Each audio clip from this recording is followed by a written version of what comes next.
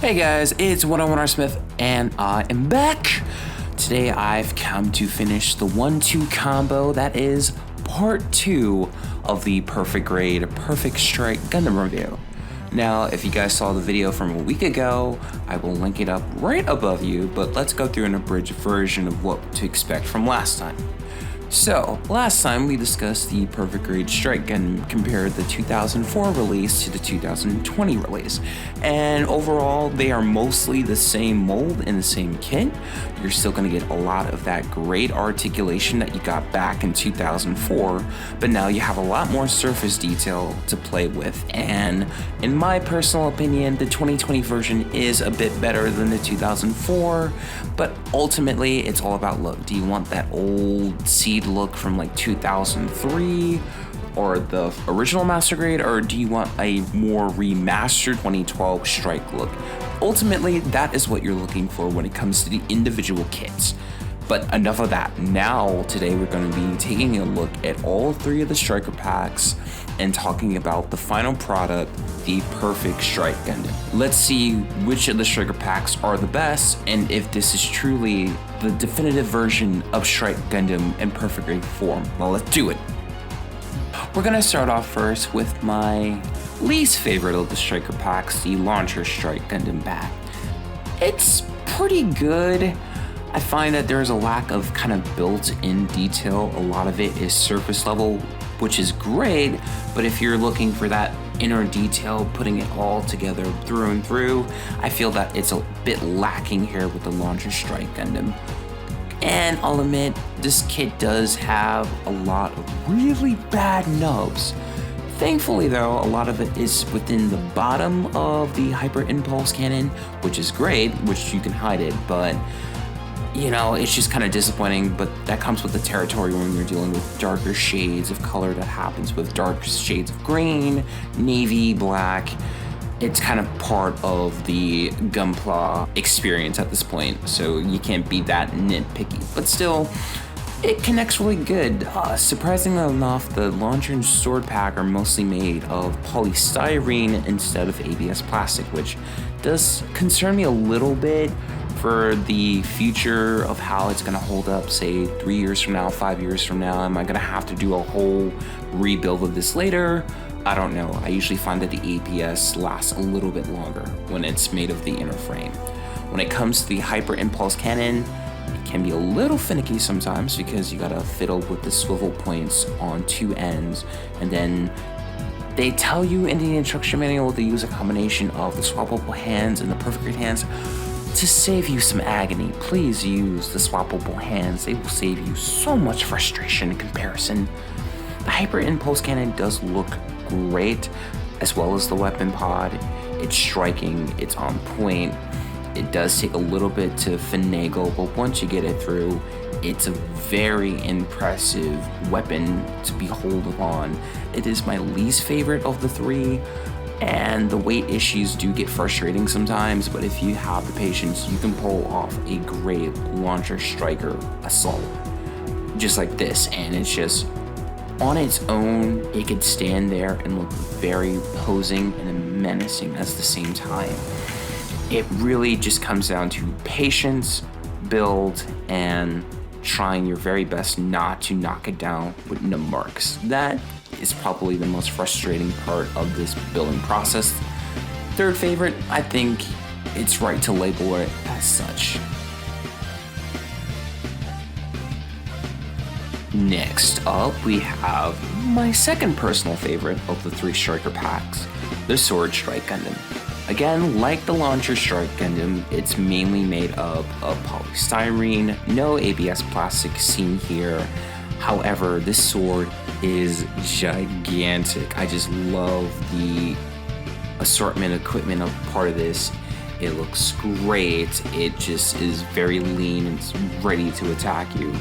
Outside of the Aile Striker pack, the Sword Striker pack was one of my favorite additions to Gundam Seed.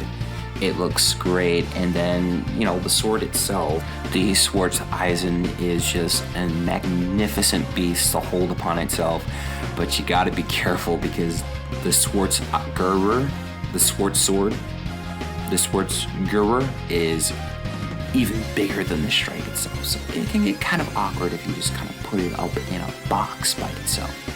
But you can get that nice Sword Strike pose. Destiny Gundam, eat your heart out. This thing comes with the beam effect parts for both the front and the back. It was kind of cool to see Otaku build it, kind of put LEDs in it. I wish there had been like some light up feature to put within like the main anti-phase coating. But on its own, ironically, hate to use the word, it does look pretty striking. And then it comes with a cool other accessories, like you could use the Panzer Eisen in combination with a copper wire, which is similar to Epion Master Grade, and kind of use that to claw out at another mobile suit. The only reason I didn't show it off here is because I can't find the connecting piece between the two pieces, so it was like a struggle, but you can connect the two. It also comes with the beam boomerang that you can connect onto. You can have like a set of like a secondary weapon. Sword Strike does come with a lot of melee options, and in my opinion would be the one that I would always go to for posing. It's a giant sword with shields. Like, come on, that's almost like a knight. You want to pose that on the ground, and with the articulation of the Perfect Grade Strike, you can get a lot of posing with that sword. So this is definitely the striker pack that I would go to for posing, and it's probably the best detailed so far. Last but not least, we have the most iconic of the three striker packs, the Aile striker pack. Now, this was a separate release 15 years ago because the Strike and the Aile striker pack were sold separately. This comes mostly recycled, but they do add a few brand new pieces because they have to keep the Perfect Strike aspect, so they do retool it a little bit. But if you built it before, it's the same as it was. I think, in my personal opinion, it's probably the most detailed Aile striker pack that you'll see outside of the real grade. And you would think it's heavy, but no, you can actually stand on its own. The Strike can stand with the striker pack. And of course, the iconic Aile striker pose that you see in the beginning of the first 13 episodes of Gundam Seed look marvelous in Perfect Grade form. One little nitpick, the Perfect Grade hands just aren't strong enough to hold the beam rifle. It does lean a little bit to the front, but that's understandable. Another cool aspect is that they do include the exact same display base that came with the Aile striker pack, so you don't have to worry about that. You also get the beam sabers. Here's my attempt to recreate the CGI intro for Gundam Seed from Gundam Extreme Versus when it goes against the Providence for some reason. So that should be more Mu, or at least Kira and the Freedom, but that's a different story. You get all the equipment that came in 2005 except the Sky Gasper, which we'll get into towards the end of the review, but all of the striker packs are recreated pretty well, and Aile is my favorite. They all combine together to give you the perfect Strike Gundam, and I gotta say, I mean literally, this is the straw that breaks the camel back. And what I mean by that is, in order to get all three combined together like this, they included this support piece on the back of the Strike, because without it, this is a backbreaker. I'm sorry, this thing cannot really hold up the weight of all three striker packs together. Individually, yes. Together, no. And that's why they give you that support piece on the back. To be quite honest, this becomes unicorn in that it's a great display piece, but you're not going to get a lot of posability out of it. It requires so much patience and workarounds with the swivel points, especially with the launch striker and the hyper impulse cannon. It can get very frustrating, and that's why I can't really show you a lot of more dynamic posing, because I can't really get it to pose. I gotta stand, but in order to get the more dynamic posing, it takes a lot of work, and I do feel like the promotional art does cheat a little bit. You can't get all of the posing that you saw in the promotional material, and it's frustrating because great display piece, terrible in a practical setting. This mobile suit does not work in real life. So, I was asked when I was going through the process of building and reviewing, is this the definitive Strike Gundam? Almost. We're almost definitive. And here's the reason why. You get all 3 striker packs. Personally, Aile Striker is more developed than the other 2. The other 2 do feel like a tacked on add-on, not as intricate, but still good enough quality. This is not bootleg, this is not bougie. Good quality, but doesn't feel perfect grade quality, in my opinion. I do not consider this definitive because all throughout the manual, they show off the Sky Grasper. They talk about it, they give you additional pieces to add on to it. No Sky Grasper. They purposely left out the white armor pieces to the Sky Grasper as long as polycap. So Bandai really kind of screwed up. It's like you get all of the pieces, you get like 65%. Had they not taken out the armor pieces from the U1 runner, you would have gotten a Sky Grasper.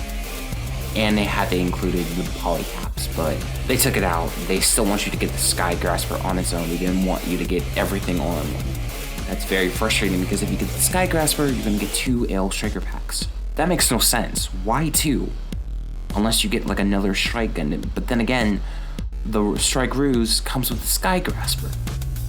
So I don't consider it definitive, and they did leave out that one detail. When it comes to this mobile suit, I love the added detail that came along with it. I love the kind of chrome silver poking out.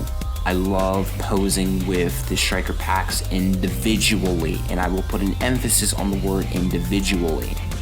All together, you can get it to look cool, but you can't get it to pose very coolly. You can't get a lot of dynamics because there's so much weight and so much intricate swivel points from the backpacks you gotta work with. The Schwarzkörper sword cannot hold up really well with one hand, even with the plug-in hand. The Hyper Impulse Cannon does work, but I can't really get it to swivel the way I want to because I gotta work with the swivel system and the arms and the hand, so it can get frustrating and it just doesn't want to work with me. On its own, each kit, each striker pack works. But in this one gigantic unit, it kind of reminds me of the Astray Turn Red. Cool on paper, does not work in real life. It's one of those Gundams where it just doesn't work. It's a great as an animated piece or a manga piece. Real life doesn't work. That being said, I still suggest that everyone get this kit. This kit is a small improvement on the Strike. You get all of the striker pieces, you get all the striker packs, great posability, great look, and for $240, you pretty much get everything unless you want a Strike Ruse. I can't really see anything outside of the IWSP pack that could come out to really top what the Strike Gundam can do here. I think this is as far as the Strike can go in perfect grade form, and this is a great representation of the Strike. For the perfect Strike, no, but on its own with the 3 striker packs and you want to individually put your favorite, and even with the perfect Strike, you want to put it on an action base and get its cool standing in one stoic pose, it's got you covered. By that token, thank you guys for watching this 2-part review. I know it took a long time, there was a lot going into it, and it was a long build, and I think I need a bit of a break from a perfect grade for a while, so this is One More Swift. I'll see you later. Peace!